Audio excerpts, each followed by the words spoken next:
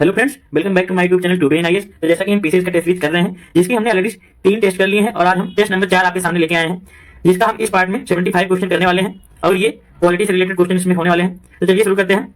इसका पहला क्वेश्चन है, by which act the administrative and political functions of the company were recognised for the first time. इसमें options हैं, option A regulating act 1773, option B charter act of 1833, option C Pitt's India act of 1784, option D charter act of 1793। तो इसका सही answer हो जाएगा option A यानी regulating act of 1773 के तहत। Next question number 2, which act is also known as act for better governance of India. Options हैं, act of 1835, government of India act 1858, Indian council act of 1861, option D Indian council act of 1892। तो इसका सही answer हो जाएगा option B यानी government of India act 1852, जो कि 1857 के रिवोल्ट के बाद लाया गया था और ये जो है गवर्नेंस को इंप्रूव करने के लिए लाया गया था। Next question number 3, consider the following statements. First statement है, the Hindi version of the original constitution was telegraphed by Basant Krishna Vaidya. Second statement है, lotus was adopted as the symbol by the constituent assembly. Third statement है, Alan Mukherjee was appointed the chief draftsman of the constituent assembly. Fourth statement है, 2 vice president of the constituent assembly were elected.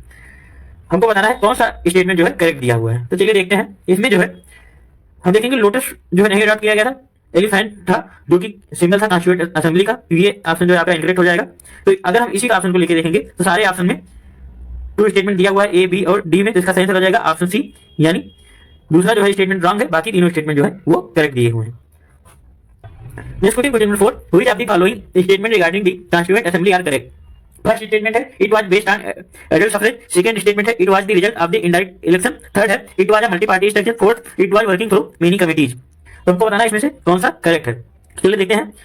तो पहला statement जो है वो आपका wrong है, ये जो है एडल्ट सफरेज पे बेस्ड नहीं था। सेकंड स्टेटमेंट है ये आपका राइट है, ये रिजल्ट ऑफ इनडायरेक्ट इलेक्शन के बेस पे था। और थर्ड स्टेटमेंट जो है मल्टी पार्टी स्ट्रक्चर भी था, ये भी सही है। फोर्थ स्टेटमेंट जो है it was working through many committee, ये भी सही है। तो इस हिसाब से आपका ऑप्शन डी सही हो जाएगा।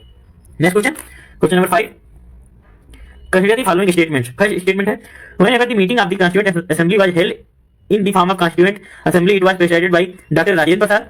When the Constituent Assembly met as a legislature, it was presided over by G.V. Mavlankar. तो इसका सही आंसर हो जाएगा ऑप्शन सी यानी दोनों स्टेटमेंट जो है आपके सही। Next question number 6, who among the following has called the preamble as the identity card of the Constitution?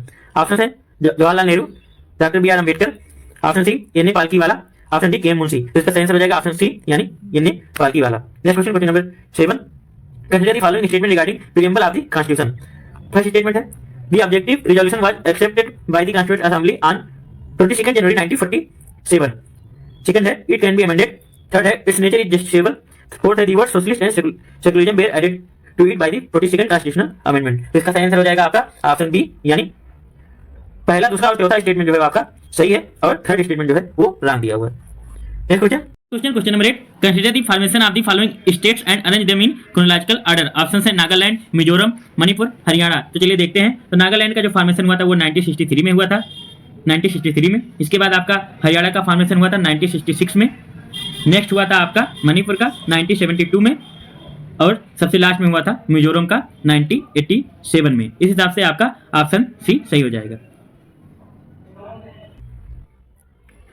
Next question number 9, assertion और रीजन दिया हुआ है। चलिए देखते हैं।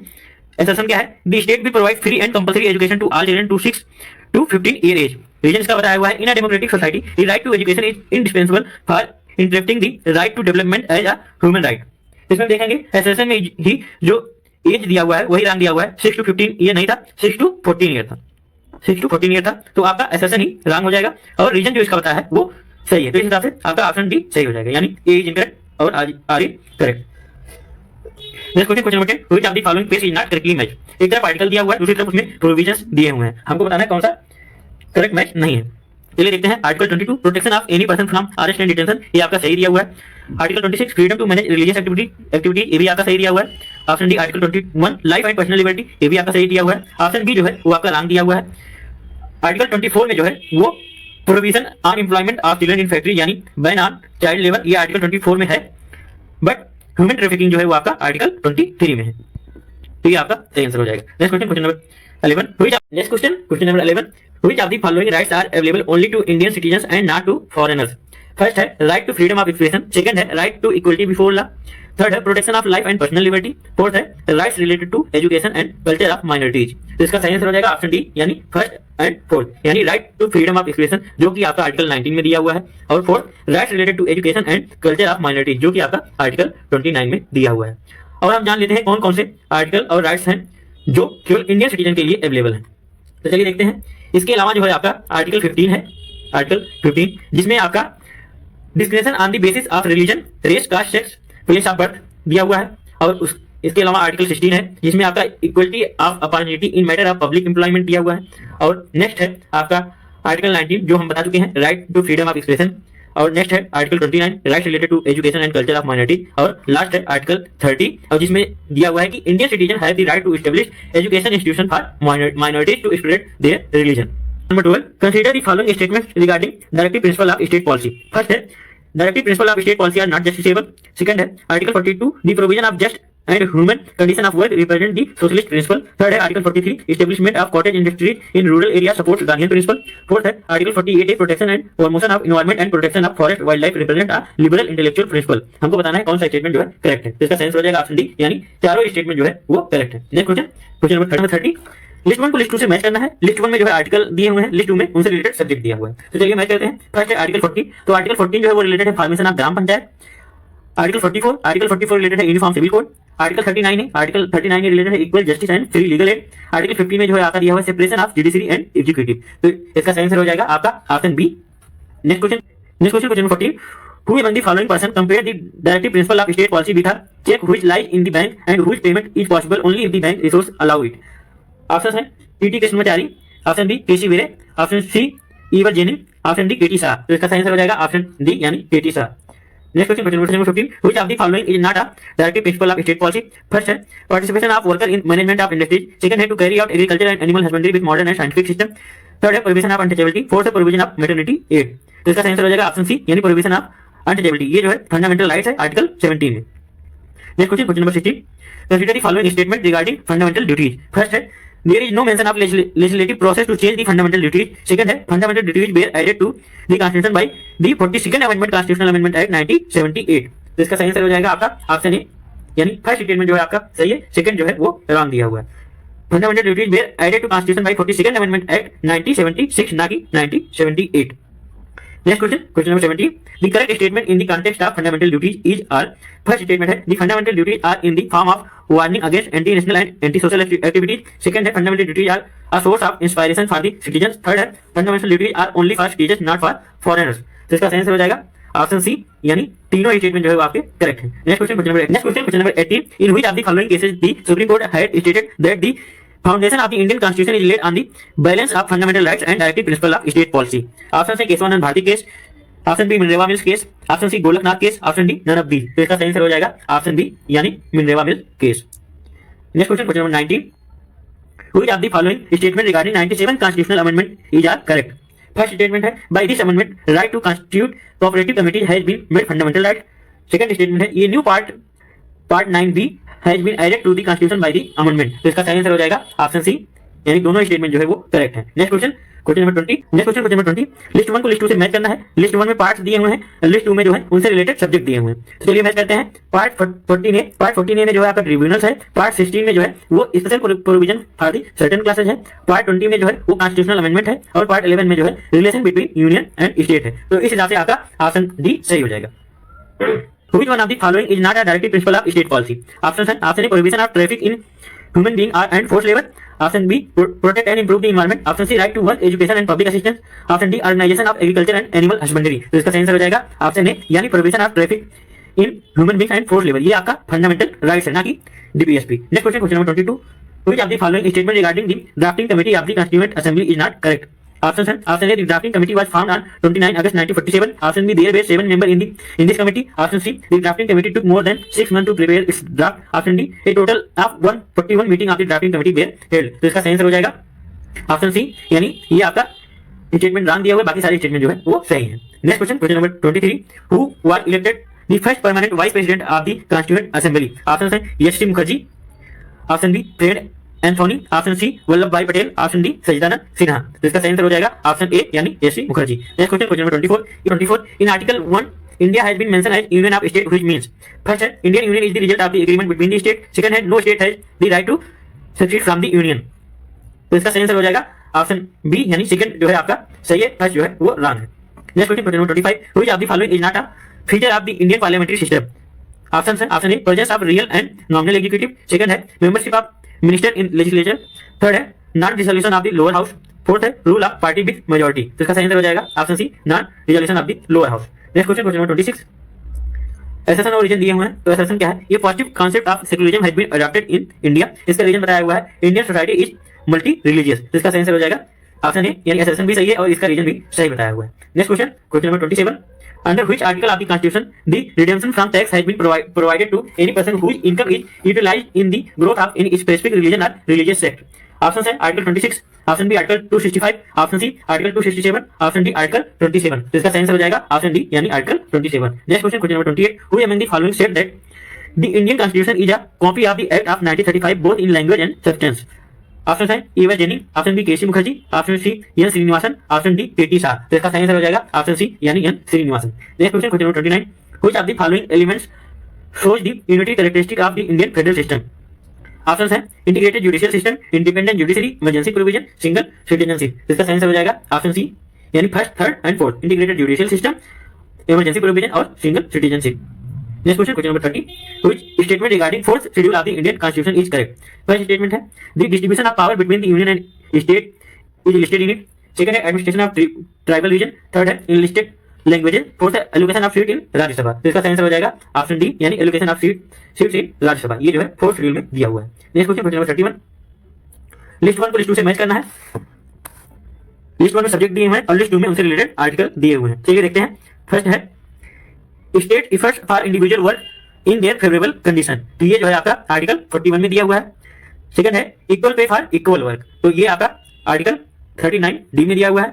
थर्ड है equal justice and free legal add, तो ये आपका आर्टिकल 39 ए में दिया हुआ है। और making employ partner in management, ये आपका आर्टिकल 43 ए में दिया हुआ है। तो इस हिसाब से आपका ऑप्शन सी सही हो जाएगा। Next question, question number 32 consider the following statement regarding the citizenship amendment bill 2019। First statement है the citizenship amendment act 2019 came into effect from 10 January 2020। Second statement है through the citizenship was provide to the operation minority group in the Afghanistan, Bangladesh, Pakistan, Nepal and Sri Lanka. तो इसका सही answer हो जाएगा option A यानी first statement जो है आपका सही है, सेकंड जो है वो रॉन्ग दिया हुआ है। इसमें जो कंट्रीज रिलेटेड थे वो अफगानिस्तान, बांग्लादेश और पाकिस्तान थे, नेपाल एंड श्रीलंका नहीं था। Next question, question number 33 which of the following is not a feature of the fundamental rights. First है fundamental rights are available against the arbitrary decision of the government. Option B some of these have negative features, option C these are not unlimited but justifiable, option D all the fundamental rights are available to both citizen and foreigners. तो इसका सही answer हो जाएगा option D all fundamental rights are available to both citizen and foreigners. ये आपका wrong दिया हुआ है, ऑल फंडामेंटल राइट्स फॉरेनर्स को नहीं अवेलेबल है। Next question, question number 34 which of the following statement regarding 106th amendment act of the constitution is incorrect. First है an effort has been made to empower women through this act. Second है it provides for the women reservation in the Lok Sabha, Rajya Sabha, Legislative Assembly and the Union Territory of Delhi. Third है the Amendment Act will come into effect force in 2029. Fourth है the President approved this act on 29 September 2023. तो इसका सही answer हो जाएगा आपका option B. Next question, question number 35 which of the following articles of the directive principle of state policy has not added by 42nd Constitutional Amendment Act। Option है 39A, option 43A, option C 48A, option D 38A। तो इसका सही answer हो जाएगा option D यानी 38A। Next question, question number 36 question number 36 which of the following is not a fundamental right.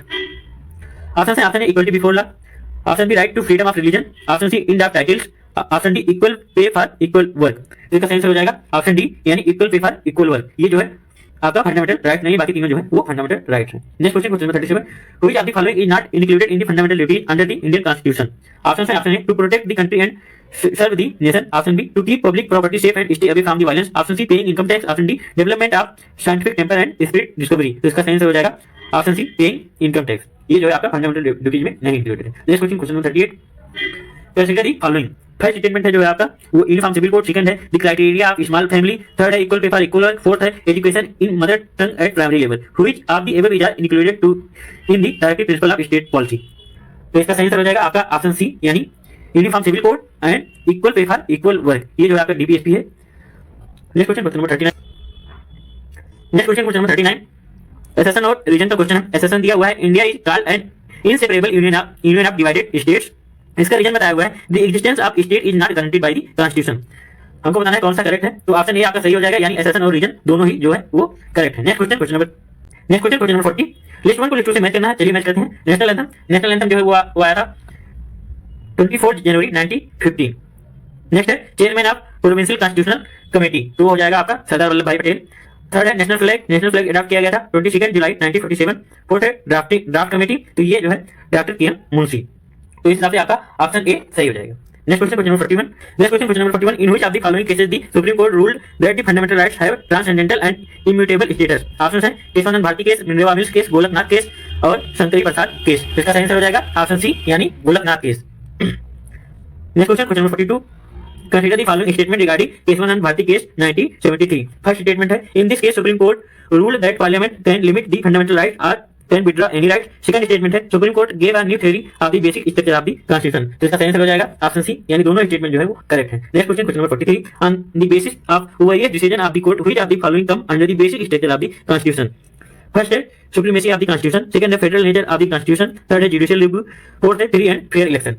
तो इसका सही आंसर हो जाएगा ऑप्शन डी, यानी चारों जो है वो सही है। Next question question number 44 equality before the law. Option है is influence of Soviet constitution, second है has been taken from US constitution, option C is a contribution of British common law, option D none of these. इसका सही answer हो जाएगा option C, यानी equality before law is contribution of British common law. Next question question number 45 which of the following objectives is not included in the preamble of the constitution of India. Option है freedom of thought, freedom of expression, freedom of belief, economic freedom. इसका सही answer हो जाएगा option D, यानी economic freedom. Next question question number 46 by which constitutional amendment article 43B was added under the directive principle of state policy, यानी DPSP. Option है option A 93rd constitutional amendment, option B 95th constitutional amendment, option C 97th constitutional amendment, option D 102nd constitutional amendment. तो इसका सही answer हो जाएगा option C, यानी 97th constitutional amendment act 2011। Next question question number 47 which of the following fundamental rights available to citizen and foreigners both. First है prohibition against forced labour and illegal human trafficking, second है right to establish educational institution to the minorities for spreading their religion, third है protection of life and personal liberty. तो इसका सही answer हो जाएगा option A, यानी first and third. Second जो है ये केवल इंडियन सिटीजन के लिए अवेलेबल होता है। Next question question number 48 which of the following is correctly match. Provision of service tax 88th amendment, formation of schedule caste commission 61st amendment, formation of state of Meghalaya 28th amendment, establishment of municipal corporation and municipality 73rd amendment. तो इसका सही answer हो जाएगा option A, यानी provision of service tax जो है ये 88th amendment act था, ये आपका करेक्ट मैच है। Formation of schedule caste and commission जो है ये आपका 89th अमेंडमेंट के तहत हुआ था, और फॉर्मेशन ऑफ स्टेट मेघालय ये 22nd अमेंडमेंट के तहत था, और एस्टेब्लिशमेंट ऑफ म्युनिसिपल कॉर्पोरेशन जो है ये 74th कॉन्स्टिट्यूशनल अमेंडमेंट से related. Next question question number 49 list 1 को लिस्ट 2 से मैच करना है। लिस्ट 1 में प्रोविजंस दिए हुए हैं, लिस्ट 2 में सोर्स कंट्री दी हुई है।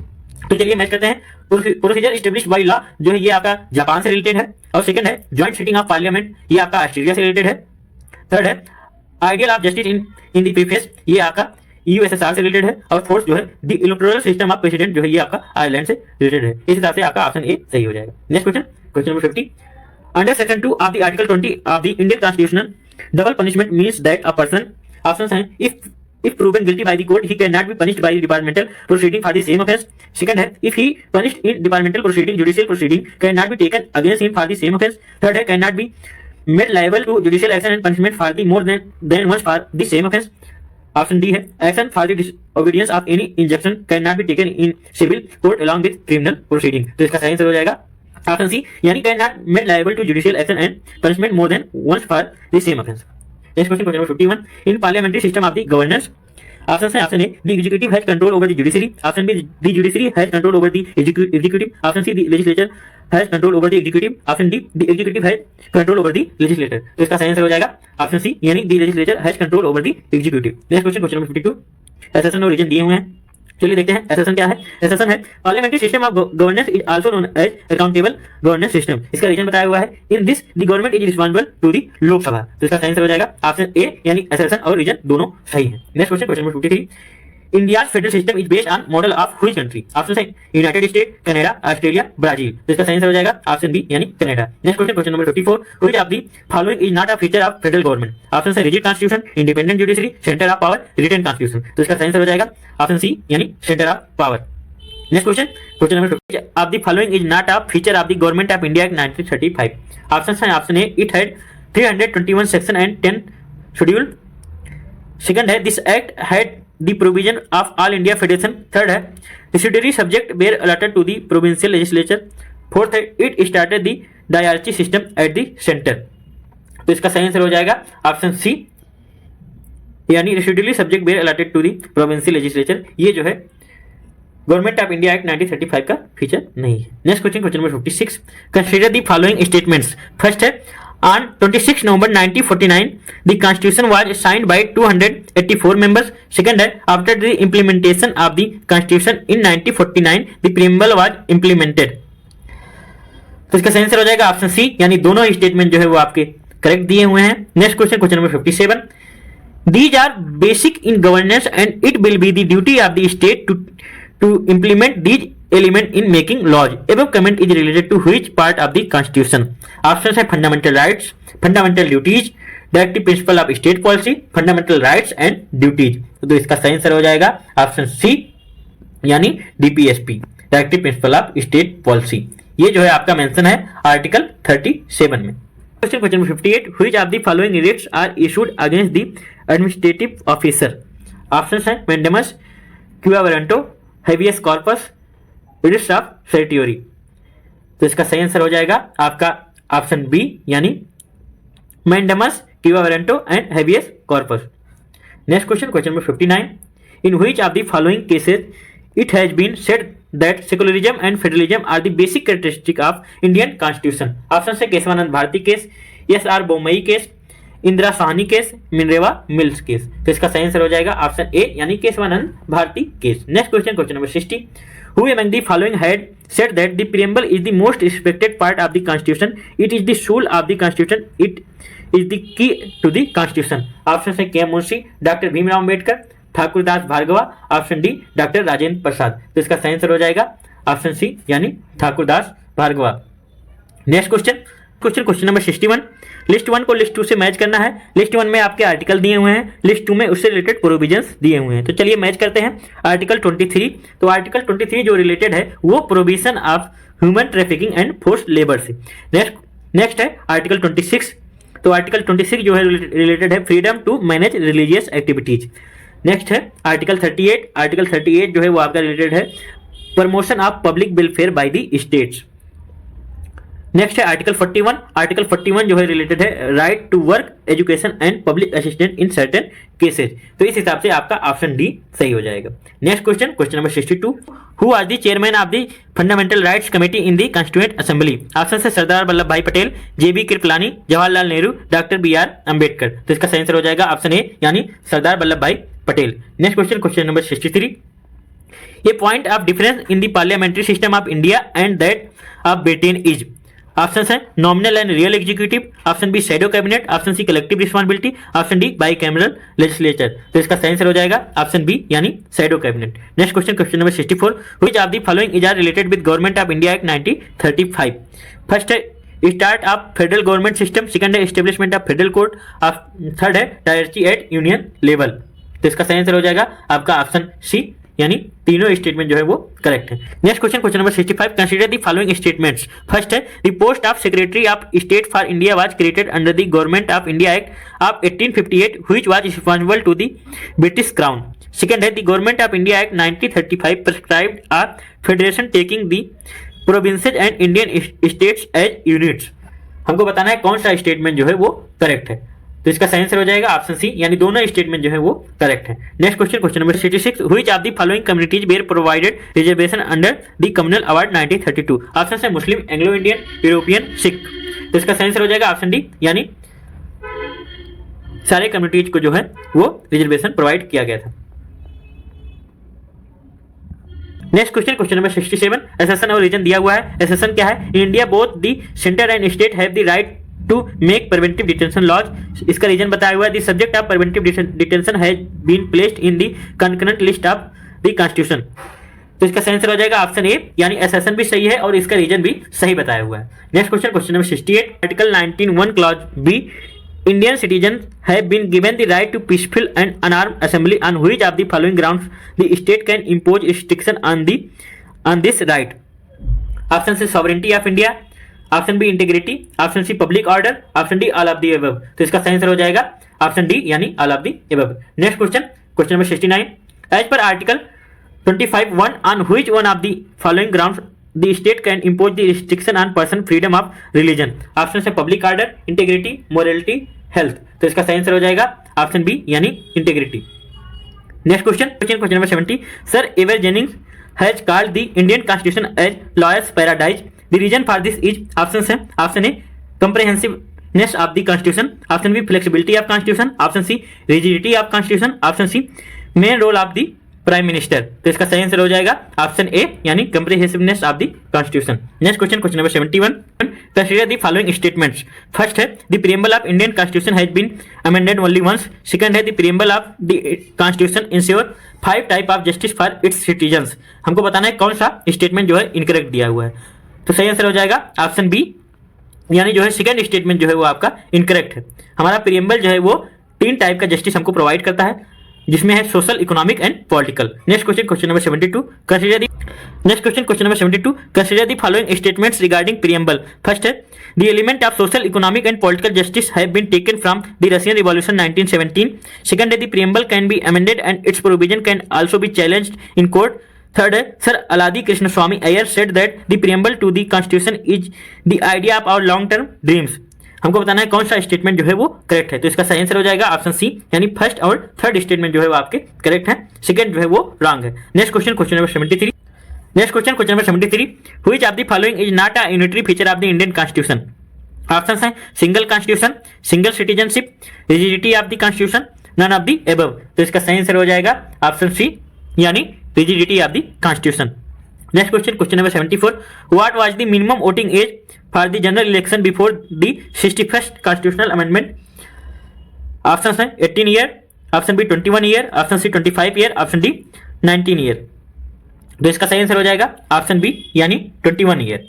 Next question, question, question number 75, which one of the following articles is regarding the directive principle of international peace and security. Option है article 49, option B article 48, option C article 15, option D article 51। तो इसका सही answer हो जाएगा option D, यानी article 51। Clear है test number 4 के 75 question. अगले 75 क्वेश्चन हम अगले पार्ट में लेके आएंगे। तब तक के लिए हमारे चैनल पर बने रहिए, लाइक करिए, कमेंट करिए, अपने दोस्तों को शेयर करिए। धन्यवाद।